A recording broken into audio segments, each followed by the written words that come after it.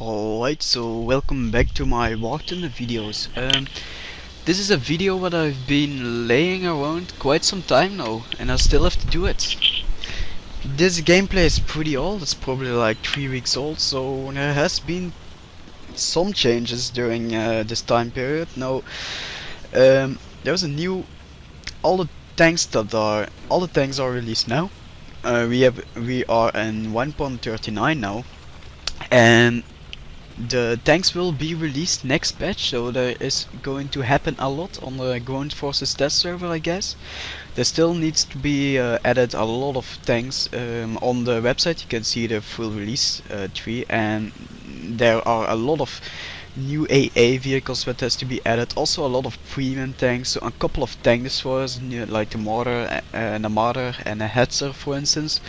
But anyway, I'm driving here the Stug III. It's also a common name for Sturmpanzer, I think, Sturmpanzer III, and it is equipped with a 75mm gun, a short-barreled 75mm gun. Now keep in mind that I'm using regular armor-piercing rounds, so I'm not using any of the special ammunition, since this is the first time I'm playing the Sturmgeschütz. Why? Because I've already unlocked it in a previous version of the Ground Forces server, but it got deleted with some point. But quite what happens quite a lot though, that stats are sometimes being changed. Now this gameplay may be buggy because sometimes I have problems with Bandicam. Bandicam is a very good recording software, but sometimes it's very laggy, and sometimes I have just to delete videos because it's so buggy and you can't see it at all. Anyway, so what I am doing here is I'm just shooting away on their base with my gun, and they can't see me. Well, they can see me, but they do not spot me. The spotting system, for the people who watch my World of Tanks videos, the spotting system here works that if you're a particular range, like World of Tanks, you see somebody's name, like you can see now, but you can also see the tank itself, but without a name and without any red around it. So you can still see the tank, but you can't see the names because it's not spotted yet. So you always can shoot them. It's not like those invincible tanks in World of Tanks. But what I'm doing here is I'm just shooting away. All these tanks what you can see here are on 500 meters to 600 to 800 meters range, and this is just tier 1, and tier 1 guns drop in penetrations very quickly from penetrations here. So it's like if my tank is at 1000 meters, it's only like 10 millimeters of penetration, so that's almost nothing, unless it's in AA vehicles or something like that.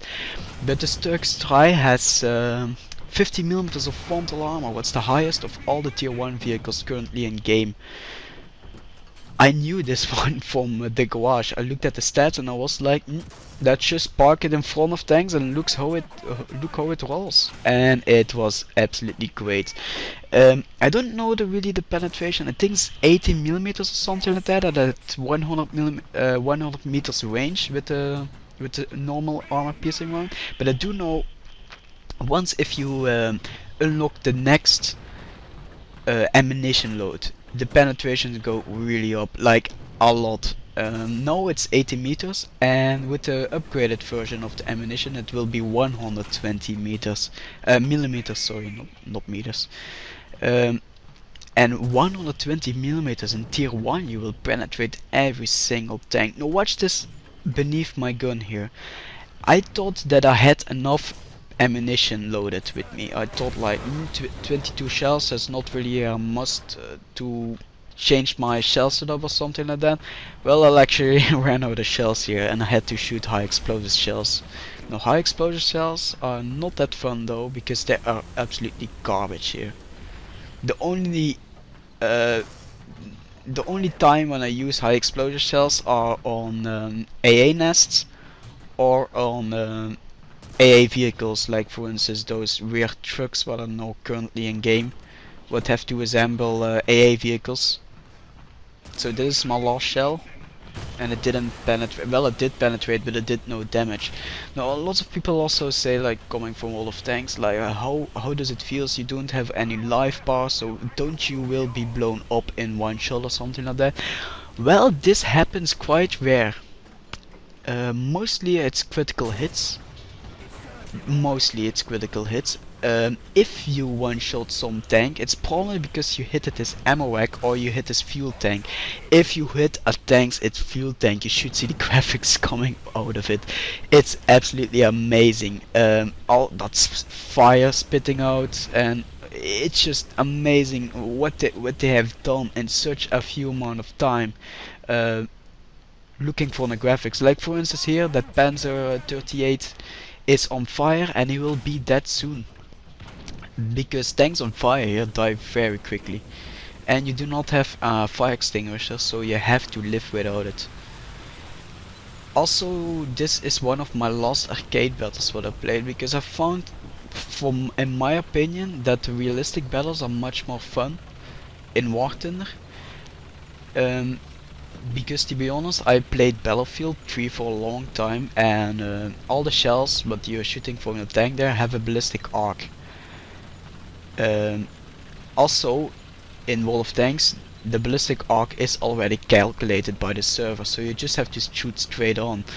But in War Thunder you have to shoot by your own. Now, to be honest, if you shoot a tank from like 500 meters range, you will see a little cross beneath my middle circle there, and that cross will tell you where it will land if you shoot on that particular direction. Now that cross will be set up at the tank. I mean, this cross you will only see in arcade battles. Once if you go into realistic battles, you do not see the cross anymore, and you have to judge your shots where your shot will land on that particular range. So that's the reason why I like realistic battles, because it's more realistic, first of all, and it's also more difficult. Here I'm trying to push that guy back on his tracks, but it seems like it's not working, so never mind, and I'll be heading for my cap and get some extra cap points.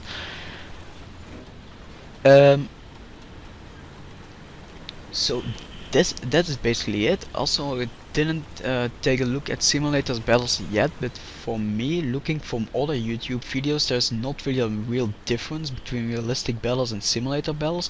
I thought it would be something like you are inside a tank and you have to watch of a particular how does it call viewport in the tank. So you can. So I thought that would be the simulator battles. I was really looking forward, but when I saw it on YouTube, I was quite disappointed because it's not really what I have expected. I thought you have to replace your own gear. I don't know what the exact word is in English. Schakelen in Dutch. Switch gear, I think. Yeah, switch gear. I thought you have to switch your gear by your own, but it looks like you don't. So it's quite disappointed though with simulator battles. I still prefer realistic battles over all the 3 different kinds of game modes.